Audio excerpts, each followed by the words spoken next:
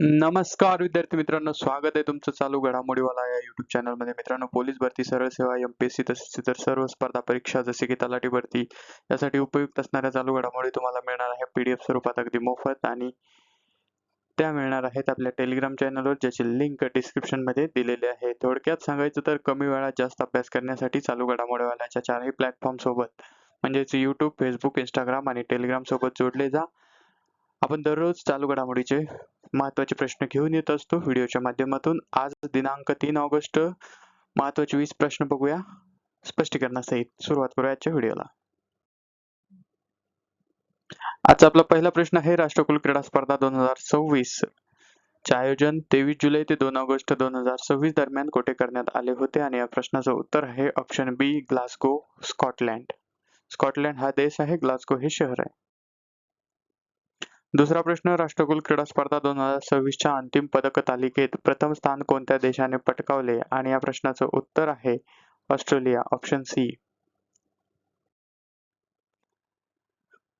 तर राष्ट्रकुल क्रीडा स्पर्धा 2026 याचा कालावधी आणि स्थळ आहे 23 जुलै ते 2 ऑगस्ट, म्हणजे काल ही स्पर्धा संपलेली आहे.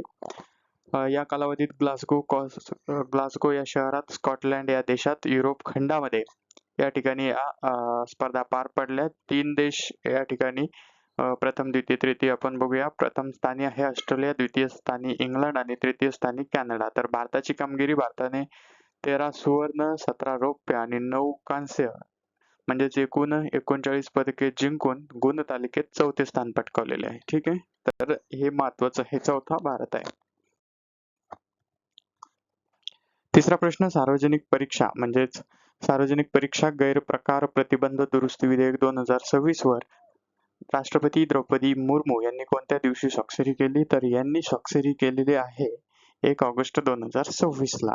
ठीक आहे, राष्ट्रपतीची सही झाल्यावर विधेयकाचं रूपांतर कायद्यामध्ये होतं. तत्पूर्वी कायदा सभागृहात मंजूर झाला पाहिजे, दोन्ही राज्यसभा, लोकसभा. चौथा प्रश्न, सार्वजनिक परीक्षा दुरुस्ती कायद्यानुसार पेपरफुटी सारख्या संघटित गुन्ह्यांसाठी किती रुपयापर्यंतच्या दंडाची तरतूद आहे? तर संघटित गुन्ह्यांसाठी 10 कोटी रुपये.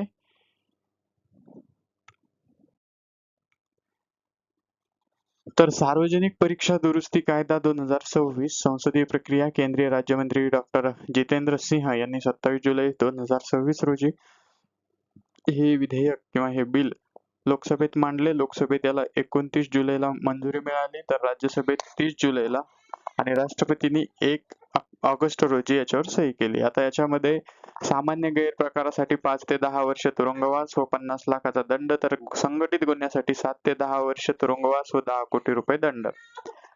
तर कालावधी, गुन्हा दाखल झाल्यानंतर 2 महिन्यांच्या आत तपास आणि आरोपपत्रानंतर 3 महिन्याच्या आत खटला संपवणे अनिवार्य आहे. पाचवा प्रश्न, राष्ट्रकुल क्रीडा स्पर्धा 2026 मध्ये महिलांच्या 48 किलो वेट लिफ्टिंग प्रकारात भारतासाठी सुवर्ण पदक कोणी जिंकले? आणि या प्रश्नाचं उत्तर आहे ऑप्शन ए, मीराबाई चानू. सहावा प्रश्न, राष्ट्रकुल क्रीडा स्पर्धा 2026 मध्ये भारताने सर्वाधिक सुवर्ण पदके कोणत्या क्रीडा प्रकारात पटकावली? तर एकूण 6 सुवर्ण पदके भारताने बॉक्सिंग या क्रीडा प्रकारात पटकावलेली आहे. राष्ट्रकुल 2026 भारतीय सुवर्णपदक विजेते, प्रमुख विजेते Mirabai Chanu weight lifting 48 kilo वजनी गट, Asmita De judo 48 kilo, Harsh Singh judo 60 kilo, Sharmila Dhankar व Soman Rana shot put F57, Dilip Gavit 100 metre T47. तर बॉक्सिंग विजेते 6 सुवर्ण, प्रीती पवार, जैस्मिन लांभोरिया, साक्षी चौधरी, प्रिया गंगास, अरुधंती चौधरी, सचिन सिवाच आणि अंकुश पंगल. तर हे सगळे नाव लक्षात ठेवा, याच्यावर प्रश्न येतात. सातवा प्रश्न, ग्लासगो राष्ट्रकुल क्रीडा स्पर्धा 2026 मध्ये पुरुषांच्या भालाफेकमध्ये नीरज चोप्राने किती मीटर थ्रो सह रौप्य पदक पटकावले? तर नीरज चोप्राने 85.83 मीटर भाला फेकलेला आहे, ऑप्शन बी. आठवा प्रश्न, राष्ट्रकुल खेळ 2026 मध्ये पुरुषांच्या भालाफेकमध्ये भारताच्या यशवीर सिंगने 85.41 मीटर थ्रो करत कोणते पदक जिंकले? तर यशवीर सिंगने कांस्य पदक म्हणजे ब्रॉन्झ मेडल जिंकलेले आहे.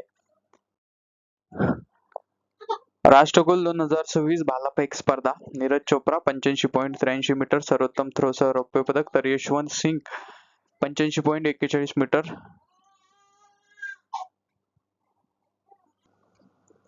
वैयक्तिक सर्वोत्तम थ्रोसह कांस्य पदक, तर सुवर्ण पदक श्रीलंकेच्या रमेश थरंगा पाथिराजने 89.75 मीटर पैकीसह सुवर्ण पदक पटकावलेले आहे.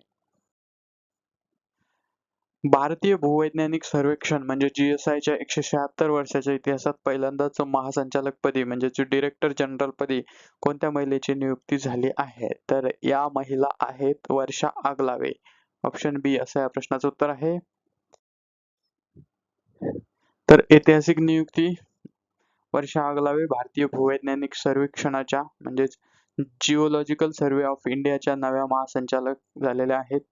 विशेष नोंद GSIच्या 176 वर्षाच्या इतिहासात महासंचालक पद भूषवणाऱ्या त्या पहिल्या महिला अधिकारी ठरल्या आहेत. त्यामुळे हा मुद्दा परीक्षेच्या दृष्टीने खूप महत्वाचा आहे. 10वा प्रश्न. केंद्र सरकारने प्रधानमंत्री किसान सन्मान निधी योजनेला पुढील 5 वर्षासाठी 2026-27 ते 30-31 किती कोटी रुपयांच्या तरतुदीला मंजुरी दिली? तर असाही प्रश्न येऊ शकतो की किती वर्षासाठी मंजुरी दिली, पण जनरली हा प्रश्न खूप सोपा होतो म्हणून अशा पद्धतीने ही विचारला जातो MPSC मध्ये थोडं डिटेलिंग मध्ये. तर 3.15 लाख कोटी. ऑप्शन बी. 11वा प्रश्न. नुकत्याच प्रसिद्ध झालेल्या मार्केट डिस्टोर्शन परफॉर्मन्स इंडेक्स 2026 मध्ये 122 देशांमध्ये भारताने कितवे स्थान पटकावले आहे? तर भारताने 57वे स्थान पटकावलेले आहे. ऑप्शन बी असं या प्रश्नाचं उत्तर आहे.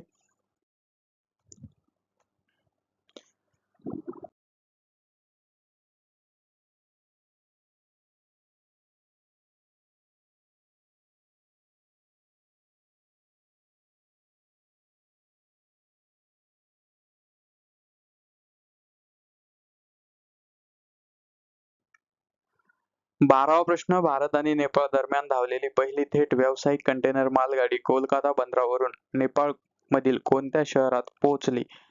तर ही पोहोचलेली आहे विराटनगर या शहरामध्ये. Option C.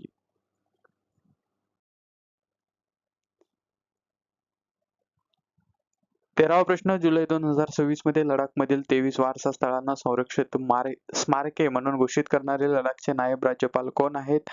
तर हे आहेत विनय कुमार सक्सेना. ऑप्शन बी असं या प्रश्नाचं उत्तर आहे. तर या ठिकाणी हे पण महत्वाचं आहे. 23 वारसा स्थळांना संरक्षित स्मारके म्हणून घोषित केलेलं आहे. तर भारत नेपाळ मालगाडी कोलकाता ते विराटनगर नेपाळमध्ये धावलेली आहे. जोगबनी विराटनगर ब्रॉड गेज मार्ग 40 डब्यामध्ये कॅनोला तेलबियांची वाहतूक. तर लडाखमध्ये नायब राज्यपाल विनय कुमार सक्सेना यांनी 23 वारसा स्थळांना जम्मू आणि काश्मीर प्राचीन स्मारके संरक्षण कायदा 1920 अंतर्गत संरक्षित घोषित केले आहे. तर हा प्रश्न MPSC मध्ये जास्त प्रकारे विचारला जातो अशा प्रकारचा. ठीक आहे. कोणत्या कायद्याअंतर्गत? तर जम्मू आणि काश्मीर प्राचीन स्मारके संरक्षण कायदा 1920. तर लडाख केंद्रशासित प्रदेशाची निर्मिती 31 ऑक्टोबर 2019 ला झालेली आहे. आणि या ठिकाणी लेह व कारगिल असे 2 जिल्हे आहेत. 14 प्रश्न. अलीकडे चीनने विकसित केलेले किमी हे खालीलपैकी काय आहे? तर किमी हे सुपर कम्प्युटर AI म्हणजे कृत्रिम बुद्धिमत्ता मॉडेल आहे. ऑप्शन बी असं या प्रश्नाचं उत्तर आहे. 15वा प्रश्न. केंद्रीय मंत्रिमंडळाने जलस्रोतांवर तरंगत्या सौर ऊर्जा प्रकल्पासाठी 5070 कोटींच्या कोणत्या नवीन योजनेला मंजुरी दिली आहे? आपण निधी याच्यामध्ये ऍड केला. सौर ऊर्जा प्रकल्पासाठी कोणत्या नवीन योजनेला मंजुरी दिली आहे असाही थेट प्रश्न विचारला जातो. मात्र एखाद वेळेस डिटेलिंग मध्ये निधीचं विचारलं जाऊ शकतं म्हणून.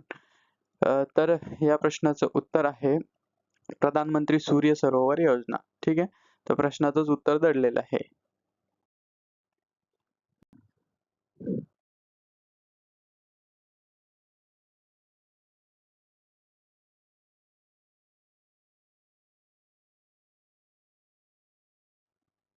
सोळावा प्रश्न.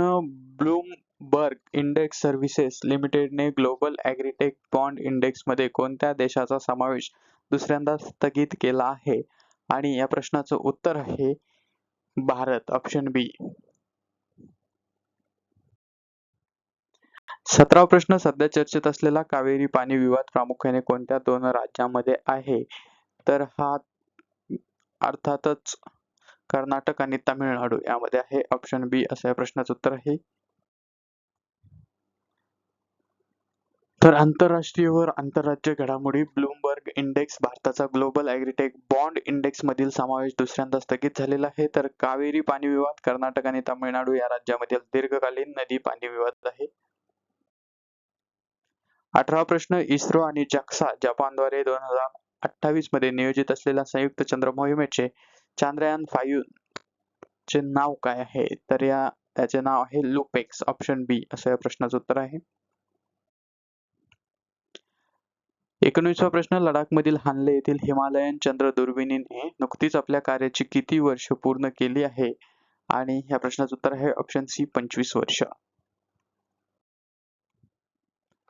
तर विज्ञान व तंत्रज्ञान महत्वाचे मुद्दे, चांद्रयान-5, लुपेक्स, इस्रो आणि जपानच्या जाक्साचा संयुक्त उपक्रम लुनार पोलार एक्सप्लोरेशन मिशन 2028 साठी नियोजित आहे. तर हिमालयन चंद्र दुर्बीण HCT लडाखमधील हानले येथे स्थित दुर्बिणीच्या कार्याला 25 वर्ष पूर्ण झालेले आहे. 20वा प्रश्न, राष्ट्रकुल स्पर्धा 2026 मध्ये पुरुषांच्या पॅरा 100 मीटर T47 शर्यतीत सुवर्णपदक जिंकणारा दिलीप गावित कोणत्या खेळाशी संबंधित आहे? तर हे आहेत ॲथलेटिक्स म्हणजे धावण्याशी संबंधित, या खेळाशी संबंधित. तर Dilip Gavit para 100 metre T47 शर्यतीत त्यांनी सुवर्णपदक मिळवलेलं आहे. तर मित्रांनो, 3 ऑगस्ट 2026 संदर्भातले महत्त्वाचे प्रश्न, महत्त्वाच्या चालू घडामोडी याची PDF तुम्हाला टेलिग्राम चॅनलमध्ये डिजिटल PDF मिळून जाईल. कमी वेळात जास्त अभ्यास करण्यासाठी चालू घडामोडीवाल्याच्या चारही प्लॅटफॉर्म सोबत जोडले जा. YouTube, Facebook, Instagram, Telegram सर्वांची लिंक डिस्क्रिप्शनमध्ये दिलेली आहे. व्हिडिओ शेवटपर्यंत बघितल्याबद्दल मनपूर्वक धन्यवाद. भेटूया पुढच्या व्हिडिओत. तोपर्यंत थँक्यू सो मच.